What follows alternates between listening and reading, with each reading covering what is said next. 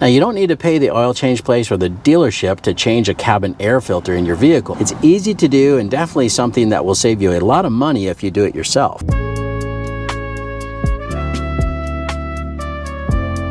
Hey, what's up YouTube? Dan the Fix-It Man. Got another quick video here for you. I'm going to show you how to change your cabin air filter on a 2014 Toyota 4Runner. Now, the cabin air filter is located right inside here behind the glove box. So the first thing we need to do is open that up by pushing this button and let the door drop down. And then you see right here at the back of the glove box, there's these two little tabs. We can just use our fingers and press those down and pull off this little plastic door.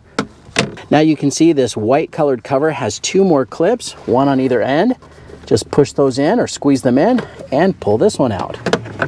And here's our cabin air filter. Now you can see this one here is a Toyota part, 87139-YZZ20. And it has a little label here that says up, and it's got a little arrow pointing up. Some of the cabin air filters, for example, the aftermarket ones, they will have an arrow and it will indicate the direction of flow. And on this vehicle, the flow is down. You're gonna see when we take this out, it's got a lot of debris and dirt on the top of the filter, indicating that the flow is going down. So depending on the replacement filter that you use, if it says up, go ahead and install it with that orientation. But if it says flow and has an arrow, make sure you install it with the arrow pointing down, the direction of the flow. To take this out, all we need to do is pull it straight out. And yeah, this has definitely got some junk in here. Oh boy, take a look at that. Well, that's the old one. Now this is the replacement. It's from MicroGuard. It's just from our local O'Reilly. The part number is 3684. Now you can see this one is labeled with the word up and has the arrows pointing in that direction. So that's how we're going to install this, just like the one that we took out. Now this white cover just snaps right back in. Line it up and press it.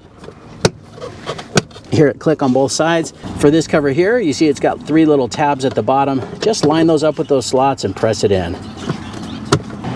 And then we can close the glove box because we are done. It's just that easy. Well, that's pretty much it. You can definitely do this yourself. It only takes a couple minutes and you can save a lot of money. You know, some dealerships will charge anywhere from $160 to $200 to change this out. And these only cost about $15 or $20 if you buy it at a local auto parts store. But even online, you can find them sometimes for less than $10. There's definitely no need to pay somebody else to do this for you. It's super easy. It only takes a couple minutes and you can definitely save a lot of money by doing it yourself. I hope you guys like this video. Please give it a thumbs up and subscribe if you don't mind. That does help me out. And of course, I'll get a link in the description to a replacement cabin air filter for your vehicle as well. Thanks so much for watching and good luck.